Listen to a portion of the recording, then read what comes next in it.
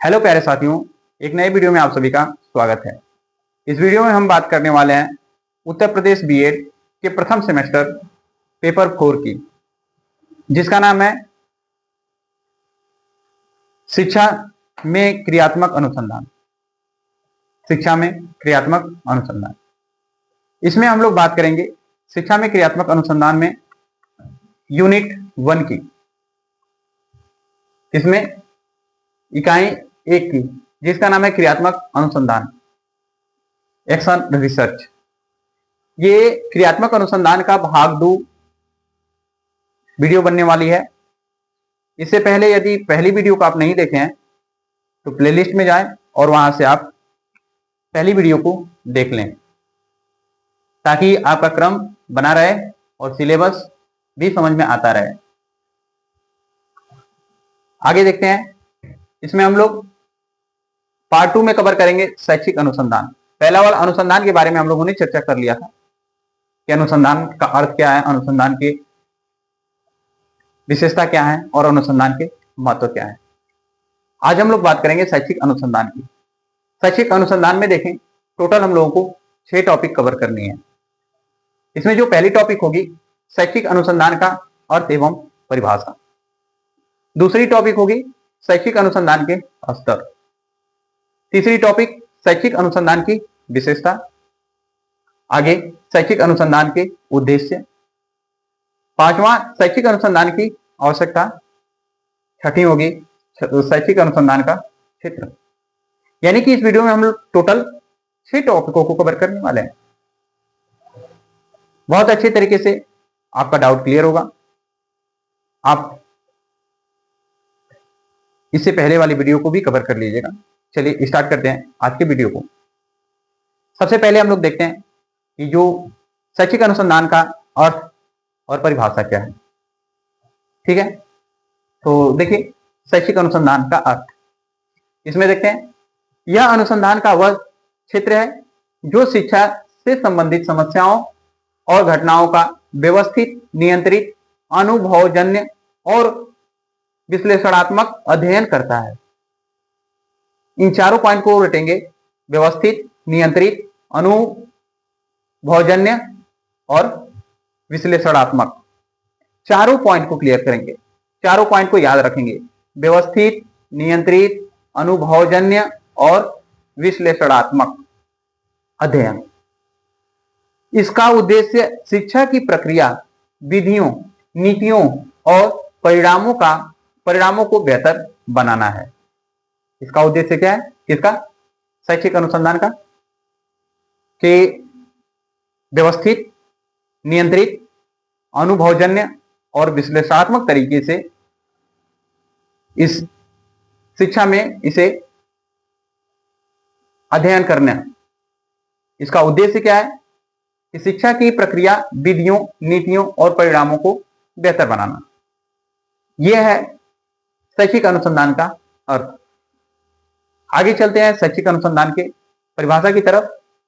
परिभाषा PL Adams, इन्होंने कहा, शैक्षिक अनुसंधान वह प्रयास है जो शिक्षकों, प्रशासकों और अन्य शिक्षाविदों को शिक्षा से संबंधित समस्याओं को हल करने और शिक्षा की गुणवत्ता में सुधार करने के लिए साक्ष्य आधारित निर्णय लेने में मदद करती है। किसने कहा? पीएल एडम्स ने कहा। क्या कहा? शैक्षिक अनुसंधान वह प्रयास है जो शिक्षकों, प्रशासकों और अन्य शिक्षाविदों को शिक्षा से संबंधित समस्याओं को हल करने और शिक्षा की गुणवत्ता में सुधार करने के लिए साक्ष्य आधारित निर्णय लेने में मदद करती है। कौन? शैक्षिक अनुसंधान। अगला एम.के. रैना कहते हैं, यह एक ऐसी प्रक्रिया है जो शिक्षा के विभिन्न पहलुओं जैसे कि शिक्षण, अधिगम, पाठ्यक्रम, मूल्यांकन, प्रबंधन और शैक्षिक नीतियों के बारे में नई जानकारी उत्पन्न करती है या मौजूदा ज्ञान का सत्यापन करती है। किसने कहा? एम.के. रैना ने। क्या कहा? यह एक ऐसी प्रक्रिया है जो शिक्षा के विभिन्न पहलुओं जैसे शिक्षण अधिगम, पाठ्यक्रम, मूल्यांकन, प्रबंधन और शैक्षिक नीतियों के बारे में नई जानकारी उत्पन्न करती है या जो भी मौजूदा ज्ञान है उसका सत्यापन करती है। ये रहा शैक्षिक अनुसंधान की अर्थ और परिभाषा। उसके बाद हम लोग चलते हैं आगे, तो हमें दूसरी टॉपिक मिलेगी जिसका नाम है शैक्षिक अनुसंधान के स्तर। शैक्षिक अनुसंधान के स्तर, जिसे कि आप देख रहे हैं, शैक्षिक अनुसंधान के स्तर देखते हैं। पहला, विवरणात्मक यानी कि डिस्क्रिप्टिव, किसी स्थिति या घटना का वर्णन करना, जैसे किसी स्कूल में छात्रों की उपस्थिति का प्रतिशत। दूसरा, सहसंबंधात्मक यानी को रिलेशन, दो या दो से अधिक चरों के बीच संबंध का अध्ययन करना। दो या दो से अधिक चरों के बीच का अध्ययन करना, जैसे कि अध्ययन के घंटे और परीक्षा अंकों के बीच संबंध। आगे, संख्यात्मक एक्सप्लेनेटरी, घटनाओं के कारणों को समझना, जैसे एक विशेष शिक्षण विधि क्यों प्रभावी है। चौथा, भविष्य कहने वाला यानी कि प्रेडिक्टिव, भविष्य के परिणामों का अनुमान लगाना, जैसे प्रारंभिक अकादमिक प्रदर्शन के आधार पर भविष्य की सफलता का अनुमान। अगला, मूल्यांकनात्मक इवैल्यूएटिव, किसी कार्यक्रम, नीति या हस्तक्षेप की प्रभावशीलता की आकलन करना। अगला, क्रियात्मक एक्शन, किसी विशिष्ट शैक्षिक समस्या का तत्काल समाधान खोजना। ये सब चीजें हैं शैक्षिक अनुसंधान के स्तर यानी कि लेवल ऑफ एजुकेशनल रिसर्च। आगे हम लोग बढ़ेंगे तीसरी पॉइंट की तरफ। तीसरे पॉइंट का नाम है शैक्षिक अनुसंधान की विशेषताएं। शैक्षिक अनुसंधान की विशेषताएं, इसे देखते हैं। शैक्षिक समस्या केंद्रित, यानी कि ये शिक्षा की तरफ केंद्रित होती है, शिक्षा से जुड़ी समस्याओं पर केंद्रित होता है। अगला, वैधानिक विधि का प्रयोग, व्यवस्थित और वस्तुनिष्ठ दृष्टिकोण। आगे, डेटा आधारित, अनुभवजन्य डेटा के संग्रह और विश्लेषण पर निर्भर। अगला, शैक्षिक प्रथाओं में सुधार, शिक्षा की गुणवत्ता बढ़ाने का लक्ष्य। अगला, विभिन्न विधियों का प्रयोग, गुणात्मक और मात्रात्मक दोनों विधियों का उपयोग होता है। अगला, समाज उन्मुख, समाज की शैक्षिक आवश्यकताओं को पूरा करने का प्रयास। ये सब हैं शैक्षिक अनुसंधान की विशेषता। कौन कौन से? शैक्षिक समस्या केंद्रित, वैज्ञानिक विधि का प्रयोग, डेटा आधारित, शैक्षिक प्रथाओं में सुधार, विभिन्न विधियों का प्रयोग, समाज उन्मुख। ये सब चीजें विशेषताएं। पहला टॉपिक हम लोगों ने कवर किया शैक्षिक अनुसंधान का अर्थ एवं परिभाषा। दूसरे टॉपिक को हमने कवर किया शैक्षिक अनुसंधान के स्तर। तीसरी टॉपिक कवर किया शैक्षिक अनुसंधान की विशेषता। आगे देखते हैं चौथी टॉपिक, शैक्षिक अनुसंधान के उद्देश्य क्या है। पहला, शैक्षिक समस्याओं का समाधान खोजना, शैक्षिक शिक्षा के सिद्धांतों और विधियों का विकास और परीक्षण करना। अगला, शिक्षण अधिगम प्रक्रिया को बेहतर बनाना। अगला, शैक्षिक कार्यक्रमों और नीतियों का मूल्यांकन करना। अगला, शिक्षा के क्षेत्र में नई अंतर्दृष्टि प्रदान करना। अगला, शैक्षिक प्रशासन और प्रबंधन को सुगम बनाना। ये सब चीजें शैक्षिक अनुसंधान की विशेषता है।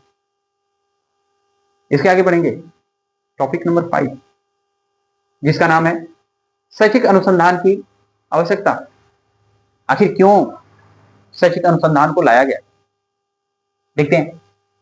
शैक्षिक अनुसंधान की आवश्यकता, बदलती दुनिया। दूसरा, प्रभावी शिक्षण विधियां। तीसरा, छात्रों की जरूरतों को समझना। चौथा नीतिगत निर्णय, पांचवा शैक्षिक गुणवत्ता, छठा समस्याओं का निदान। इन सब चीजों के लिए शैक्षिक अनुसंधान की आवश्यकता हुई। पहला देखते हैं, बदलती दुनिया। समाज और प्रौद्योगिकी में बदलाव के साथ शिक्षा को अनुकूलित करने के लिए, यानी कि जो दुनिया बदल रही है प्रौद्योगिकी के अनुसार, समाज के अनुसार, उसी के अनुसार शिक्षा को बनाने के लिए शैक्षिक अनुसंधान को शिक्षा में लाया गया। दूसरा, प्रभावी शिक्षण विधियां। यह जानने के लिए कि कौन सी विधि सबसे प्रभावी है। अगला, छात्रों की जरूरतों को समझना, यानी विभिन्न प्रकार के शिक्षार्थियों की आवश्यकता को पूरा करने के लिए शैक्षिक अनुसंधान को शिक्षा में लाया गया, अनुसंधान में लाया गया। आगे देखते हैं, नीतिगत निर्णय। साक्ष्य आधारित निर्णय लेने के लिए शैक्षिक गुणवत्ता, यानी कि शिक्षा की गुणवत्ता में लगातार सुधार के लिए शैक्षिक अनुसंधान को लाया गया। समस्याओं का निदान, यानी कि स्कूल स्तर की समस्याओं जैसे कि ड्रॉप आउट दर, खराब प्रदर्शन का पता लगाने और उन्हें हल करने के लिए किसे लाया गया, शैक्षिक अनुसंधान को लाया गया। इतने चीजों के बाद में ये था 5वें टॉपिक में। आगे हम लोग बढ़ेंगे, आगे हम लोगों को मिलेगा टॉपिक नंबर 6। टॉपिक नंबर 6 को देखते हैं, जिसका नाम है शैक्षिक अनुसंधान का क्षेत्र। शैक्षिक अनुसंधान का क्षेत्र, इसे देखते हैं।